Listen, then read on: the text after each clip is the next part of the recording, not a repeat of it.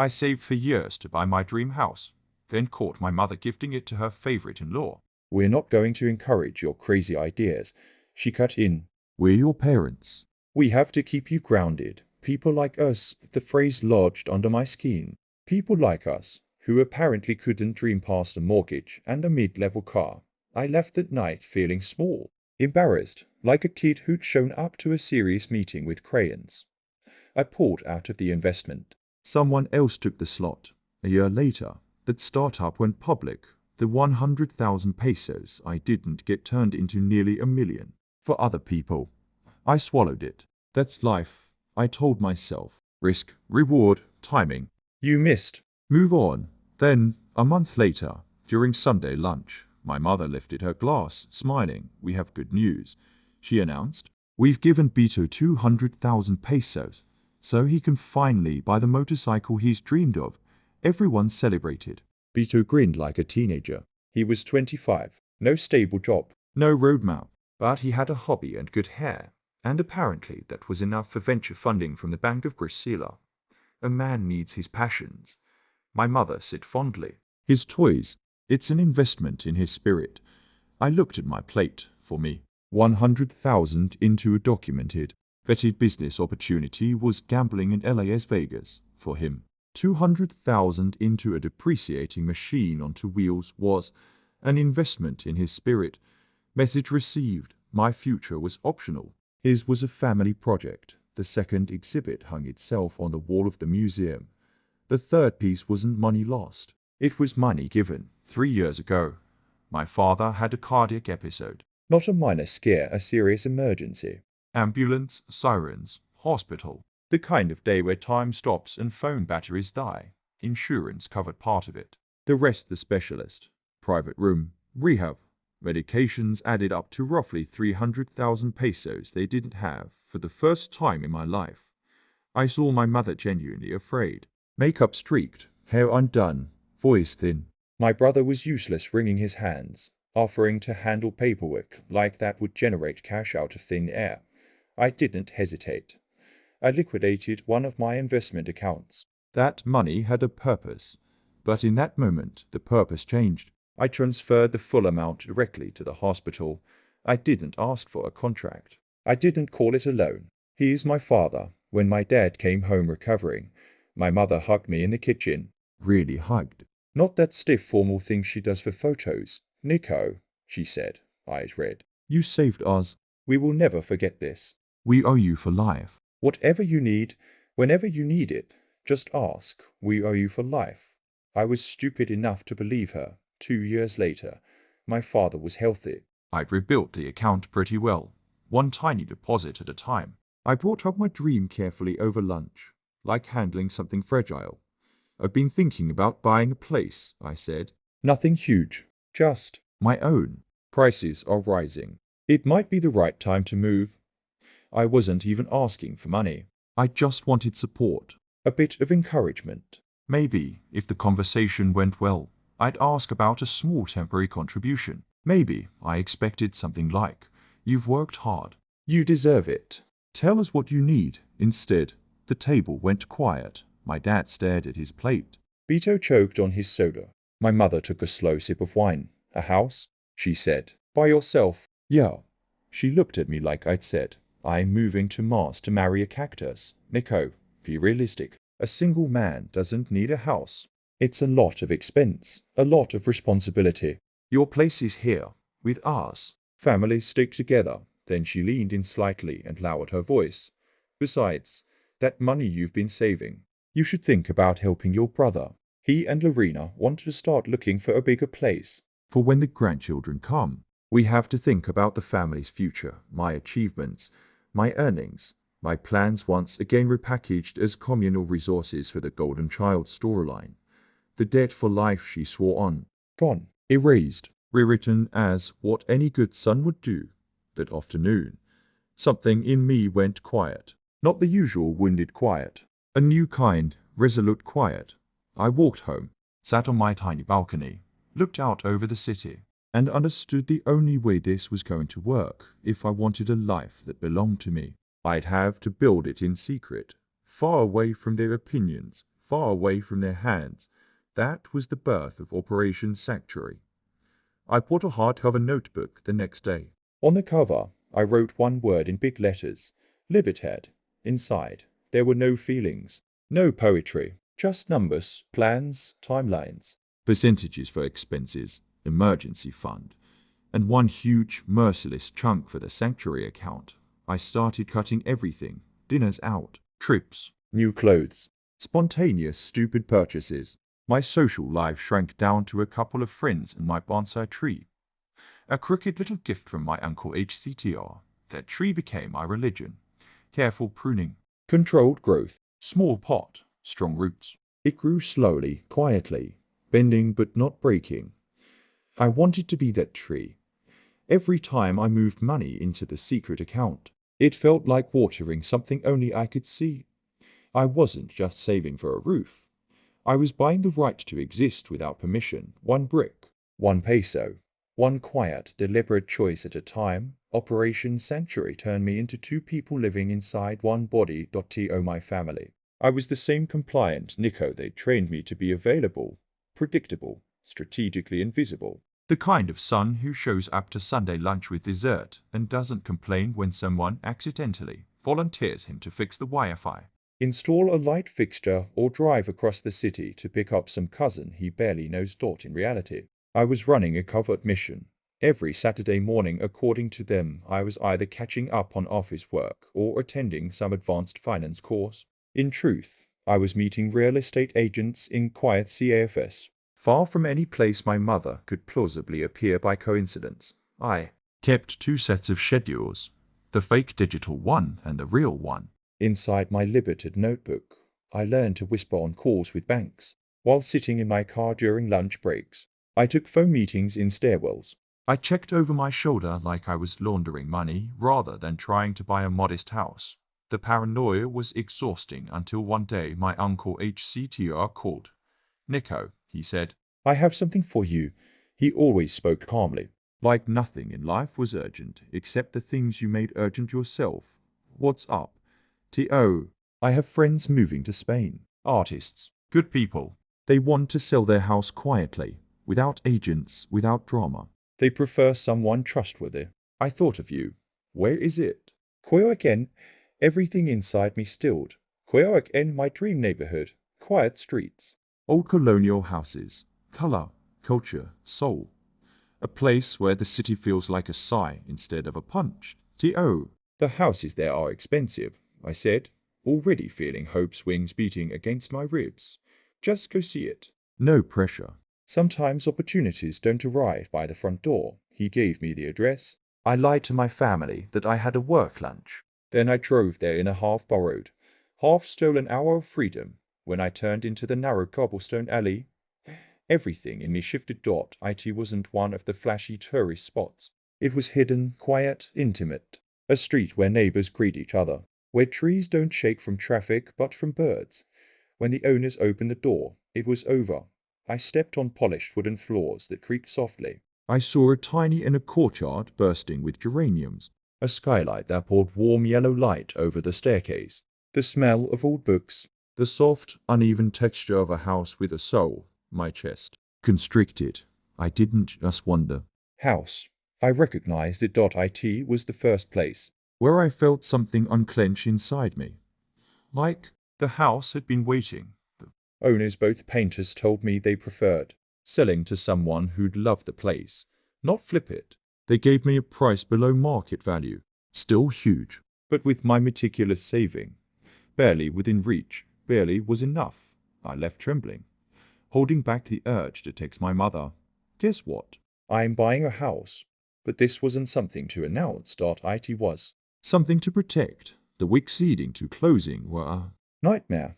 I couldn't breathe without imagining everything falling apart. Papers lost, my mother discovering the truth, my brother accidentally saying something he overheard, a bank rep calling my family's landline by mistake. Every call from my mother made my heart drop into my stomach. Where are you, Mijo? It sounds noisy on the street, MOM. Going to a client meeting. Lie. Always lie. My uncle's office became the secret operations center. All documents were sent there. He'd snap photos, send them through encrypted apps, and I'd sign in his dining room behind closed curtains. You know your mother will explode when she finds out, he warned one evening. I know. Are you ready for that? No. Yes. It didn't matter. If I didn't do this alone, I would never do it at all that Thursday, the day before closing. My mother insisted on stopping by my apartment to say goodbye before your trip. What trip? Oh yes.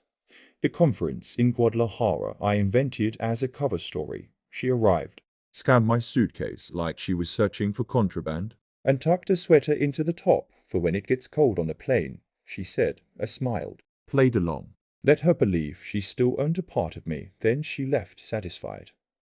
Friday morning, instead of going to the airport, I took a taxi across the city to the notary office. My hands shook when I signed, when they placed the keys in my palm heavy.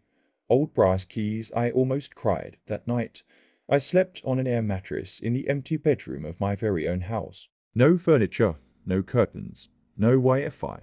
It was the best sleep of my entire life. For the first time, nothing pressed on me. Not family expectations, not guilt, not the weight of being the good son, just silence, warm light, and the faint sound of my bonsai tree's leaves rustling in its new home. By Sunday, I was back home pretending to have returned from Guadalajara, suitcase and all. I planned to keep unpacking slowly, quietly, carefully. But I'd made a mistake, a stupid one. I'd left my passport in my bedside drawer at my old apartment. I needed it for the bank updates on Monday. So I drove back to the new house to grab some things before heading to the old place, and that's when I saw it. My mother's white sedan, my brother's SUV right behind it, parked directly in front of my gate. Something inside me went ice cold. I parked around the corner, heart pounding, and crept back like a burglar approaching his own property. I hid behind a wall of flowers and froze. My front door opened. My mother walked out laughing. Lorena followed behind them. The architect rolled up his plans. My mother moved across my porch like a queen inspecting her kingdom. She reached into her purse, pulled out a key, my key, and locked my house twice, like she lived there. That was the moment my world broke clean down the middle, not into pain, not into fear, into purpose, sharp, cold, surgical purpose. I put my phone to my ear, not to call her, not to scream, not to cry. To search for 24-hour locksmith Quack N, and when the man answered, I said only, I need every lock changed. Immediately, Rahul, the locksmith, worked fast. Too fast for how surreal it all felt. Each metallic click sounded like a starting pistol in a race I never knew I'd been training for. By the time he finished installing the high-security locks, heavy, thick, complicated things that looked like they belonged on a bank vault, I didn't feel triumphant. I felt steady, like I'd finally stepped onto solid ground after years of pretending mud was concrete. When Rahul left, I stood alone in my living room, the same room my mother had wandered through hours earlier, talking about demolishing walls as if she were ordering takeout. I turned slowly, taking it in. Bare floors, boxes stacked against the wall, the faint smell of dust and wood. It was the first moment the house felt like it recognized me again. Then my phone rang. My mother's name lit up the screen. I wasn't surprised. Of course, she'd call. People like her always sense when a leash snaps. I answered. "Oh, me, Joe," she said in a bright, cheerful voice that always meant danger. "You're back from Guadalajara. Que bueno. Listen, I passed by your new house to leave you a little welcome plant, but the key you gave me didn't work. Probably a mix-up. You didn't maybe give me the wrong copy, did you?" The way she said "give" made my jaw tighten. "MOM," I said. "I never gave you any key." A silence followed. Not confusion, calculation. She recovered quickly. "Well, maybe you dropped it. I found one in your old apartment the other day when I was helping you tidy." "You're always so distracted, Cario." "Interesting," I said, "because you weren't supposed to be inside my apartment. And the only key I had in that drawer was for this house." Another silence. This time longer. Then her voice changed, sweetness collapsing into eyes. "You're imagining things," she snapped. "I went to make sure everything was safe. You should be grateful. I brought Lorena and an architect to help you fix the place. You can't live like a bachelor in a house that size. You need direction. You invaded my property, I said. And you brought people into it. I'm your mother, she said. I have every right. That house is too much for you alone. There it was, the thesis statement of her entire worldview. If it was mine, she had a right to it. Not anymore, I said. I changed every lock. You won't enter this house again without my permission. The choke of disbelief on the other end was small, but I heard it. UWHAT? What I should have done years ago. I hung up. 10 minutes later, my brother called. What the hell did you do to MOM? He barked. She's crying. Did she tell you she broke into my house? Don't be dramatic, Nico. She was trying to help. She wanted everything to be nice for family gatherings. Why do you always have to be so difficult? I almost laughed. The pattern was so predictable. It was practically a script, Peter. I said. She stole a key. She gave your wife a tour. She brought an architect to plan renovations. She meant well. Of course, she meant well to you. Everything she does is for you. He didn't deny it. He didn't even seem to realize the weight of the words. He hung up with a frustrated sigh, leaving me with the same echo I'd grown up with. Family is one-way traffic, and I was always the lane that had to yield. Then came the flood. Aunt Dahlia calling to tell me I'd broken my mother's heart. Cousins texting to ask why I was making a scene. A neighbor, yes. A neighbor calling because my mother apparently told half the neighborhood her ungrateful son had locked her out of his own house. She was building a narrative. She'd done it my whole life. This time, I didn't participate. I turned off my phone, sat on the floor of my living room, listened to the new locks clicking firmly in place when I turned them. The house was quiet, not empty quiet. The kind of quiet that feels and.it. Should felt like victory. Instead, what I felt was a question I didn't want to touch yet. How did she get the key? Because I knew myself, knew my routines, my compulsions, my borderline obsessive way of handling important things. I never dropped keys. I never misplaced them. And then it hit me cold, clear, awful. 3 weeks earlier, my mother had insisted on stopping by my old apartment to leave soup. I'd refused. She insisted. She pressured. She finally said she'd just leave it at the door, but the building security camera didn't lie, and if she'd gone inside that day, there was a drawer in my desk, a drawer where I'd kept a draft of the purchase agreement, and a spare emergency key from the landlord. Suddenly, the entire timeline rearranged itself into something far more deliberate. This wasn't impulse. This wasn't misunderstanding. This was premeditated. This was strategy. And now I needed proof. Not for her, not for Beta, not for the endless relatives who only call when they want something. For me, Operation Sanctuary wasn't about escaping my family.it. Was about finally seeing them clearly, and for the first time in my life, I was ready to look. Irene got the proof. Of course she did.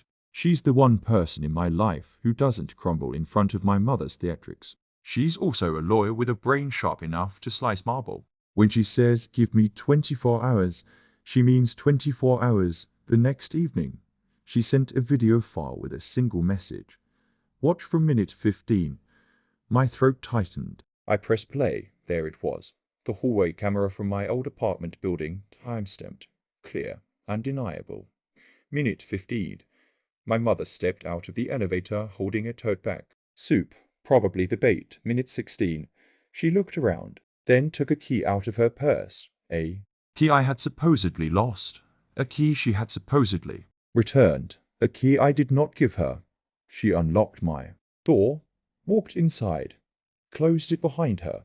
She stayed inside for 1 hour and 47 minutes. No soup container ever appeared at the door. I felt sick, not angry, not hurt. Physically sick, because in my mind I could picture it perfectly. My desk drawer, the folder with early drafts of the purchase agreement, bank correspondence, the landlord's spare key. She'd gone through my things, found the documents, realized I was buying a house alone, and reacted exactly the way she always did when I tried to build something for myself. She took control. She stole the spare key. She strategized. She made plans, renovations, gatherings, future grandchildren's playrooms, everything except asking me. She decided my future didn't belong to me. I forwarded the video to 3 places. My laptop, a USB drive, and a cloud folder only Irene had the password to, not to threaten my mother with it. To remind myself I wasn't crazy. That part mattered, because children of people like her grow up doubting their reality. Like it's a bad habit, the next 2 weeks turned into a quiet, suffocating war. My mother switched tactics. She always had 2 modes, the dictator and the martyr. When the dictator failed, the martyr took the stage. The love bombing started first. One day, I came home to find a huge box on my porch. Inside, expensive silk curtains in a color she loved and I hated. The note, to make your living room feel warmer. With love, MOM. I sent them back in the same box. No note. 2 days later, another package. Matching cushions. Returned, then a crystal vase. Returned, then a voice note. Why are you being so cold? Mi amorcito. I'm trying to help you decorate your little house. I didn't reply. Her gifts were Trojan horses. Every cushion was an invitation. Every curtain was a claim. Every silence I gave her was a wall she couldn't climb. The martyr phase escalated. Aunt Dahlia called. Nico, your mother isn't sleeping. She's losing weight. She cries all day. Cousin Marisela messaged. Your MOM said she doesn't know what she did to deserve this. A neighbor, because yes. She mobilized. Neighbors texted. Your MOM is devastated. Maybe you should visit her. It was impressive. Honestly, a whole propaganda machine built in days. I ignored all of it. Not out of spite, but because engaging would drag me right back into the role she'd written for me. The obedient son, the apologizer, the peacekeeper, the one who sacrifices daughter no more. The real test came on my father's birthday. He called me from their landline. The only reason I answered. Nico, he said quietly, your mother is making mole. Will you come? His voice wasn't harsh. It wasn't manipulative. It was tired. He was a man stuck in the middle. A lifetime of avoiding conflict carved into his bones. Happy birthday, Dad, I said. I'll call you that day to celebrate you. But you won't come. No, please, he said softly. Do it for me. The words hit something tender inside me. But tenderness is exactly how the cycle stays alive. I can't, I said. Not until MOM acknowledges what she did. Not excuses. Not justifications. A real apology. You know she won't. He whispered. Then, nothing will change. He didn't argue. He just breathed into the phone like a man finally realizing the cost of his own silence. I hung up. It hurt. It really hurt, but the pain didn't mean I was doing the wrong thing. Sometimes, the first step to healing is letting someone else sit in the discomfort they created. After 2 months of silence, the unexpected happened. My brother called. Not with anger this time. He sounded wrecked. Nico, he said, voice cracking. You were right. Those 3 words were more shocking than anything my mother had done. About what? MOM, he whispered. About everything. He told me everything in one long breath. Like a confession he couldn't keep down anymore. The failed restaurant venture she'd pushed him into. The loans he couldn't repay.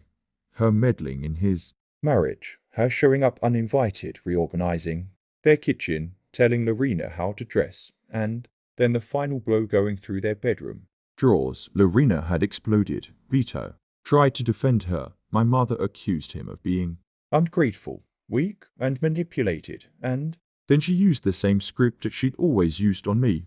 I'm your mother. I know what's best. I'm only trying to help. You're overreacting. You owe me. I'm so sorry, Vito said, crying. I didn't see it. I didn't want to see it. I thought she loved me more. But she doesn't love anyone. She just wants control. For the first time, my brother and I stood on the same side of the battlefield. He ended with, you weren't escaping us. You were escaping her. You did the right thing, Nico. I'm proud of you. I sat there in my living room, staring at the bonsai in the corner, and for the first time since all of it began, I didn't feel alone. Vito's admission didn't fix anything overnight, but it shifted the ground. For the first time in our family's entire history, someone other than me was willing to name the truth. Still, I wasn't naive. I knew my mother wouldn't crumble, People like her don't break, they recalibrate. Sure enough. A few days later, Beto called again. MOM wants a family meeting, he said. Of course she did. Once her usual tools failed: denial, guilt, gifts. Victimhood. The next move was to regain control of the narrative. A meeting was her perfect stage, only if it's on my terms. I said, what terms? Neutral territory. Uncle H. tours house. He'll be in the room. No ambushes. No raised voices. No shifting blame. And no pretending this is a misunderstanding, Beto exhaled. She agreed that alone told me how desperate she was. The night of the meeting, I arrived early. Uncle HCTR welcomed me with a concerned squeeze to the shoulder. You ready? He asked.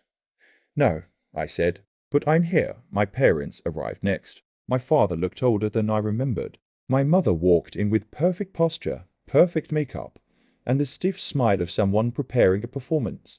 Beto and Lorena took the other couch. I chose a single armchair, distance, boundaries, geometry that spoke for me before I said a word. My mother began before anyone else could.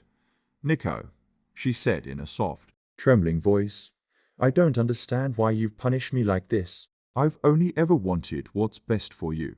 A mother's love shouldn't be met with hostility. Classic, rewriting the script in real time. I didn't raise my voice. I didn't argue. I simply reached into my bag, pulled out my tablet, and opened the hallway. Security video Irene had obtained. I pressed play. My mother froze. Minute 15. Minute 16.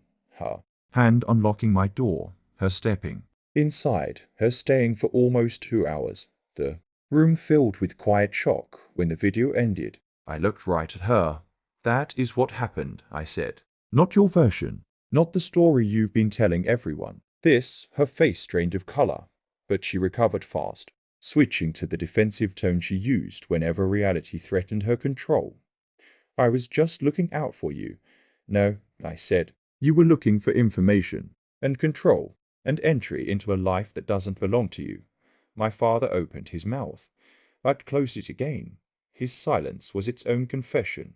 I need an apology, I said, voice steady. A real one. Not an excuse.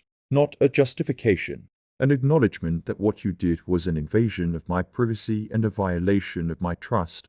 Her jaw tightened. Her eyes glistened not with emotion, but anger. I'm your mother, she whispered, as if that were an answer. I replied. Uncle HCTOR stepped in gently. Priscilla, he said, your son has been harmed. This is the moment to repair it. For the first time in her life, she didn't have an immediate comeback. Control had been taken from her hands, and she didn't know where to put them. Then finally, I'm sorry. 2 words. Flat, forced, scraped out of her like they were costing her. Blood.it wasn't perfect.it wasn't deep.it. Wasn't healing. But it was the first honest deviation from her script in decades. That alone was monumental. The conversation continued. Slow, careful, boundaries laid out one by one. No visits without invitation. No keys that aren't explicitly given. No interference in my finances. No designs on my home. No triangulation through beta.no. Emotional manipulation disguised as help. Every line I spoke felt like laying bricks in a wall I should build years ago.by the end of the night. No one was hugging. No one was smiling. But for the first time in our family's history, the truth sat in the room like a real guest. Not ignored. Not denied. Not buried. Named. Months passed. Therapy miraculously began for my mother. She resisted it at first, but something had shifted. Beto's rebellion wounded her pride in a way she couldn't mask. She hated losing him even more than she hated admitting fault. My father became more vocal. He defended me in small ways, baby steps.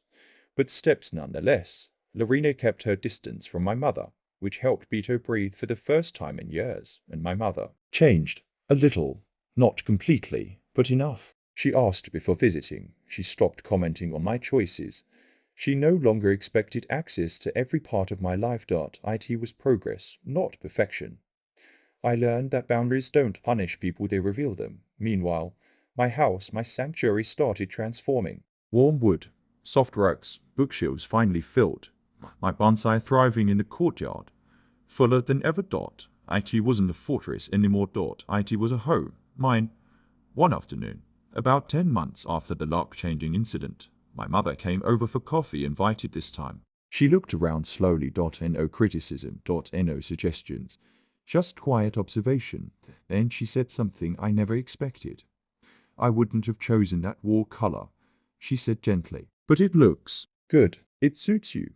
Coming from her, it was the closest thing to admiration she had ever given me. Sometimes I water my bonsai and think about that day I hid behind the bougainvillea, watching my family divide up my life like it was free real estate. I think of the version of me who stood there trembling, unsure whether he'd end up alone forever if he set even one boundary. And I'm proud of him. He chose something radical. He chose himself, for the first time in my life. Choosing myself didn't mean choosing isolation. He meant choosing clarity, choosing peace, choosing to stop performing the role my mother had carved into me like a sculpture, the obedient son, the financial safety net, the emotional sponge, the one who bends so others don't have to. And once I stopped performing, something unexpected happened. My real relationships, not the artificial ones built on obligation, started to grow. Beto changed the most. He and I began meeting on weekends, grabbing coffee, taking long walks around the neighborhood. At first, we talked about surface stuff, work, sports, the terrible state of real estate prices. But eventually, he opened up. "Nico," he said, "during one of our walks, when you left the family group chat for a month, that scared me." "Why?" "Because it made me realize how much you've been holding things together. Without you, everything just fell apart. Mom didn't know who to manipulate first. Dad didn't know how to protect her. And he hesitated. I had to grow up." He rubbed his hands together. "I'm sorry I didn't see it sooner. You see it now," I said. And he nodded, shoulders lighter. Our bond wasn't perfect now, but it was finally real. Work improved too. And no more scrambling to prove myself. No more exhausting myself to get a scrap of validation. Turns out, when you stop being drained at home, you stop running on fumes everywhere else. My boss even asked if I wanted to lead a new project, something I never would have taken on before. Fear of rocking the boat, fear of failing, fear of success triggering jealousy at home. But this time, I said yes. My life expanded exactly where it used to shrink. My house became a true sanctuary. I painted the courtyard wall a muted indigo that glowed in the afternoon light. I bought an old reading chair from a flea market and restored it myself. The bonsai my little teacher began growing new branches, strong ones. I placed it near the window where it got morning light, and every time I saw it, I remembered the simplest truth I'd ever learned. Pruning doesn't kill a tree. It saves it. Then, unexpectedly, something happened with my mother, something small but seismic. I invited her and my father over for coffee. Not a family dinner, not a celebration, just a quiet visit. My rules, my timing, my home. She arrived with a store-bought pastry, which is her version of humility. She didn't criticize the way I decorated. She didn't rearrange anything. She didn't offer suggestions. She just sat, hands wrapped around a mug, and looked at me with something fragile in her expression. "Nico," she said finally, "you seem different." "I am," I said. "Calmer," she said. "More yourself. That's the goal." She stared at the courtyard where the bonsai sat in the sunlight. A strange softness crossed her face. "You always were independent," she murmured. I didn't understand it before. It was the closest she'd ever come to saying she had pushed me too hard, controlled too much, loved incorrectly for a woman like her. That was monumental. I decided to meet her where she was, not where I wished she'd be. "Thank you," I said simply. She nodded, eyes slightly glassy, and looked away. That moment didn't fix everything, but it cracked something open, something that had been sealed shut for decades. Later that night, I sat in my courtyard, lights casting soft gold on the stone walls. I thought about the museum of grievances I'd carried around for years: stress, investment, broken promises, stolen key. Each one had shaped me, hurt me, hardened me, but none of them defined me anymore. I had built something stronger than resentment. Alive. Not a perfect one, not a fairy tale, a real one. One I shaped, brick by brick, peso by peso, Boundary by boundary, for the first time, I finally felt like the main character in my own story, not the side character in someone else's, and standing in the quiet beauty of my courtyard, I knew everything that had once felt like a cage had become the blueprint of the freedom I now lived in. The day everything settled, the day the story truly ended, wasn't dramatic at all. It was ordinary, quiet. A Sunday morning, sunlight bleeding through the skylight, coffee brewing, the house breathing like it finally accepted me as its owner. There was no twist, no confrontation, no explosion, just a small, precise moment of clarity. I was watering the bonsai when my phone buzzed. A message from my mother. Me, Joe. I am making caldo de res today. If you want to come by later, we'd love to see you. If not, yes, bean. I hope your Sunday is peaceful.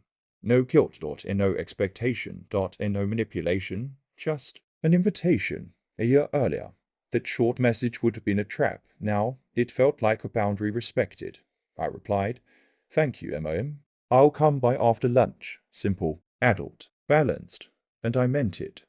Not because I owed her, not because I feared her reaction, not because I was back in the old role, but because I wanted to, because the relationship was finally something I could choose, not something that was demanded. When I arrived at their house later that afternoon, it felt different. My mother didn't rush me at the door.